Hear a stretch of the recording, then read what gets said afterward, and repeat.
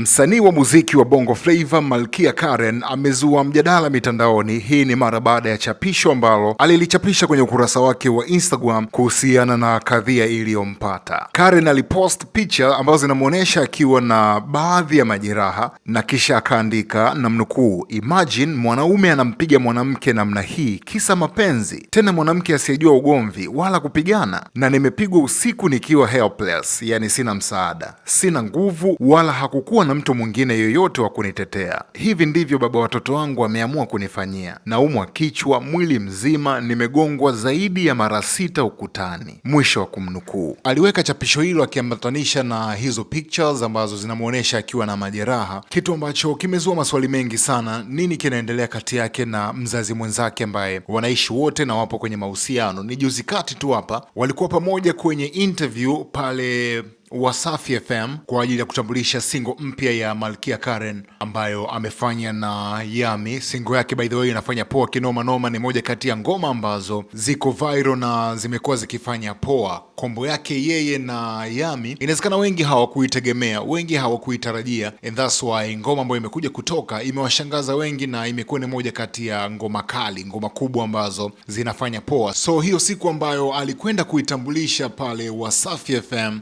aliambatana na huyo mzazi mwenzake ambaye pia amekuwa akimtaja kama ni meneja wake, mtu ambaye anasimamia shughuli zake zote za muziki. Maswali yamekuwa mengi kwa wadau. Nini kinaendelea? Nini kimetokea kati ya Malkia Karen na mzazi mwenzake? Nini kimeingia katikati mpaka kusababisha ugomvi ambao umepelekea Karen kupigwa na kuumizwa kiasi hiki? Lakini baadaye hilo chapisho alikuja lilifuta na halipo tena kwenye ukurasa wake wa Instagram, lakini kama unavyojua tayari watu walisha screenshot, tayari watu wanazo hizo pictures na tayari watu wanacho kile ambacho alikiandika. Na maoni ya watu wengi imekuwa ni kwamba wengi wanamshauri Malkia Karen afuate sheria, afuate taratibu nyingine za kisheria ili mzazi mwenzake aweze kuchukuliwa hatua kali za kisheria, kwa sababu mbali na mapenzi, mbali na mahusiano, kisheria hilo ni kosa. Amemshambulia, amemuumiza. Kwa hiyo wengi wamekuwa kimshauri afungue kesi, aende polisi, vitu kama hivyo, ili sheria ifuate mkondo wake. Wewe una maoni gani juu ya hili na unamshauri nini Malkia Karen? Dondosha komenti yako nitapita nayo. Hii ni About Bongo TV. Mimi ni mshikaji wako Rama Love Huncho. Usisahau kulike, kucomment, kusubscribe, kushare pia na ndugu jamaa na marafiki.